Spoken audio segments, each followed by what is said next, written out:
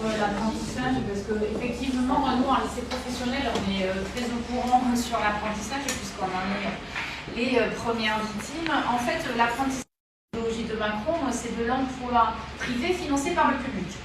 Puisque un apprenti, en moyenne, coûte 200 € à son employeur. Donc, tout niveau confondu, bien entendu, puisqu'il peut coûter un peu plus cher, voire un peu moins cher.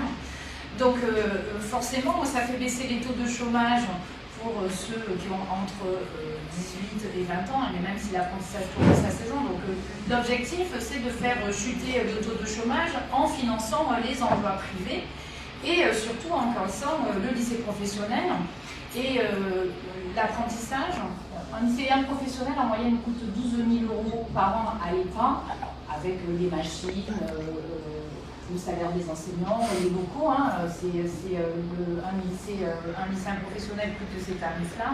Or, un apprenti coûte le double en fait, et c'est payé par notre argent en fait. Et cet argent ne finance pas la formation initiale publique. Et donc ça pose un vrai problème, mais on est toujours dans la stratégie de privatiser et de faciliter par des stratagèmes aussi. Il montre que les chiffres de l'apprentissage sont excellents. Bon, en fait, il y a un comptage des contrats, comme il y a une succession de contrats qui diminuent et les contrats sont renouvelés. Donc en fait, il y a un nombre de contrats exponentiel. Or, le nombre d'apprentis a tendance à stagner en fait.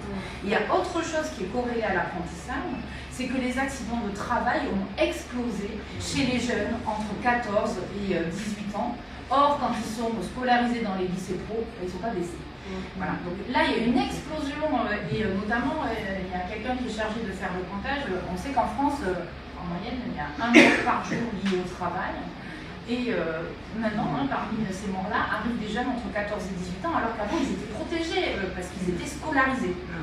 Donc en fait, on met tout en danger aussi toute une génération. Donc, et ça, souvent, c'est peu dit, c'est peu relayé dans les informations. La catastrophe, en fait, de l'apprentissage, c'est ça, c'est la mise en danger de toute une génération.